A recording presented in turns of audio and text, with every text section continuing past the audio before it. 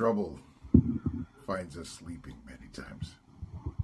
And the reason why we sleep is because we're so distraught with what we're facing. We're so angry sometimes. We're so saddened because here we are. We have been praying. We know what God can do, but even though we know, we still feel that if we just shut our eyes, it will go away. Such is the case in the Gospel of Luke. Jesus saw what was coming, even though he was with his friends, his disciples, whom he had trained, who had witnessed the power and might of what he could do. Oh, like us, so many times.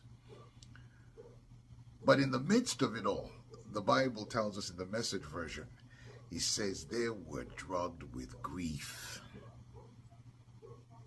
So they could not even stay up and pray with him.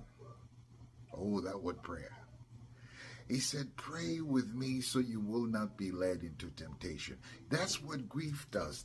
It makes you angry. That's what grief does. It makes you sad. That's what grief does.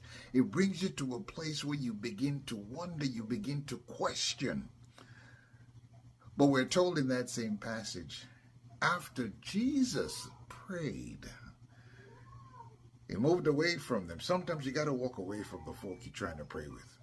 Sometimes you got to pray by yourself. Sometimes you got to look to God and have that conversation with God all by yourself. We are told that as he prayed, he was immediately in the presence of an angel who strengthened him. Oh, I'll leave the passage right here. It's not my words, God's word. You know what he said to them? Which is what I want to leave to you this Friday. I want to leave this with you. He said, what business do you have sleeping? What?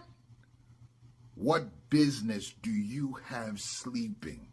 I know you're grieving. I know you're in pain.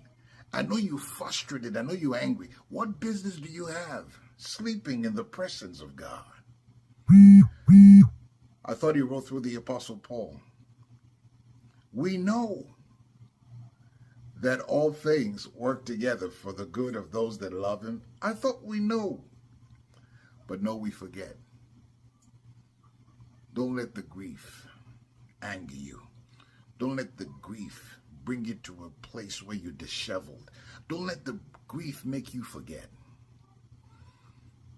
God is